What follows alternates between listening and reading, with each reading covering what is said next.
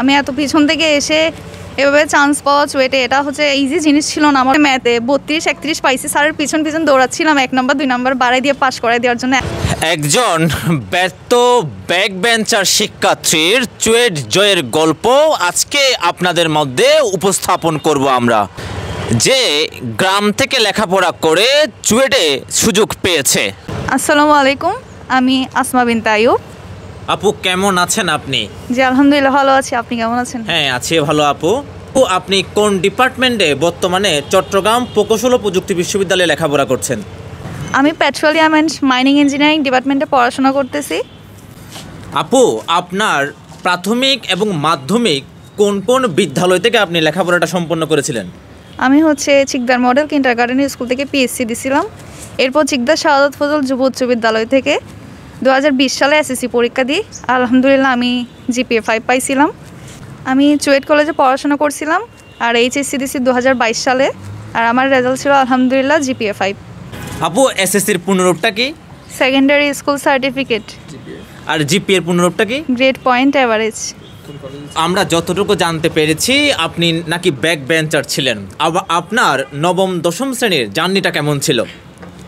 আমি আসলে ব্যাক বেঞ্চের স্টুডেন্ট ছিলাম, পড়াশোনায় তেমন একটা ভালো ছিলাম না, তো ক্লাস 9 পর্যন্ত এমনই গেছে অ্যাভারেজ স্টুডেন্ট অথবা ব্যাক বেঞ্চের স্টুডেন্ট।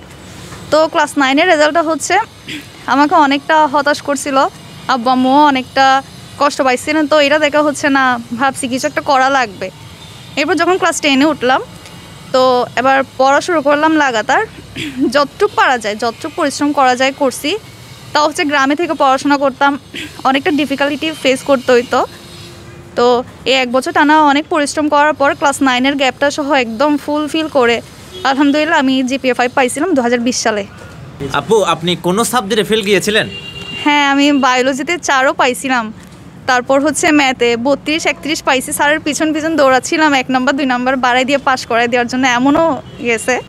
আপনার কোন সাবজেক্ট কঠিন মনে হতো তখন? আমার প্রথম 9 পর্যন্ত সবই কঠিন লাগতো, কিন্তু যখন ক্লাস 10-এ উঠছি সব একদম মন দিয়ে পড়াশোনা করতেছিলাম, পরিশ্রম করতেছিলাম, সবগুলো আসলে মজাই লাগতেছিল আর খুব বেশি ভালো লাগতেছিল ম্যাথ ফিজিক্স এগুলা। আপু আপনার উচ্চ মাধ্যমিক পরীক্ষা চলাকালীন সময় তো তখন করোনার প্রাদুর্ভাব ছিল, তখন আপনার এই উচ্চ মাধ্যমিক পরীক্ষার জার্নিটা কেমন ছিল? আমি হচ্ছে 2020 সালে এসএসসি দিয়েছিলাম, তো আমাদের পরীক্ষার পরপরই হচ্ছে করোনার যে টাইমটা ওটা শুরু হয়। তো অনেকটা সময় হচ্ছে বাসায় বসে থাকা, তারপর রেজাল্ট লেটে পাবলিশ হওয়া, তারপর লেটে হচ্ছে কলেজ অ্যাডমিশন, আচ্ছা সব হইলো। তারপর আমি তখন জানতামও না যে পড়াশোনাটা কীভাবে শুরু করতে হবে, কোন বই পড়তে হবে, কীভাবে করতে হবে। তো অনেকটা সময় এভাবে পার করে ফেলার পর আমি এখানে একজন ভাইয়ার কাছে পড়তে আসছিলাম। ভাই আমাকে অনেকটা হেল্প করছে, ফাহাদ মাহমুদ ভাইয়া।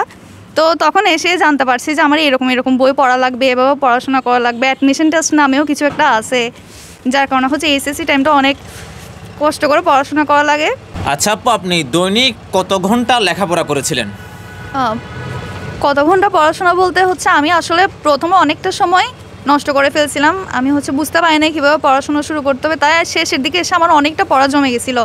তার মধ্যে হচ্ছে আমি চুয়েট কলেজে ছিলাম, রেগুলার ক্লাস করতে হইতো, তারপরে এখানে ভাইয়াদের কাছে আর টিচারদের কাছে প্রাইভেট পড়তাম, যার কারণে হচ্ছে টিচারের পড়া, কলেজের পড়া, তার মধ্যে হচ্ছে আমার যে গ্যাপ সব ফিল আপ করা আমার অনেকটা সময় পড়াশোনার পেছনে ব্যয় করতে হয়েছে। 10 ঘন্টার উপর পড়াশোনা করতে হয়েছে। আমি এরকম লাস্টের দিকে এসে প্রচুর প্যারাই ছিলাম, অনেকটা প্রেশার ছিল পড়াশোনার।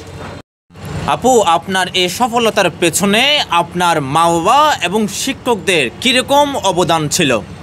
আমি হচ্ছে আমার এই সফলতার জন্য প্রথমে মহান আল্লাহ তাআলার অনেক রহমত, এটার কথা বলবো, কারণ আমি এত পিছন থেকে এসে এভাবে চান্স পাওয়া চুয়েটে এটা হচ্ছে ইজি জিনিস ছিল না আমার জন্য, পথটা অনেক কঠিন ছিল। এরপর যদি বলি আমার আব্বু আম্মুর সাপোর্ট, এটা তো বলতেই হবে। সবাই যদি একদম আমাকে ডিমোটিভেট করতো, আব্বু আম্মুর সাপোর্ট থাকতো একদম সবার প্রথমে।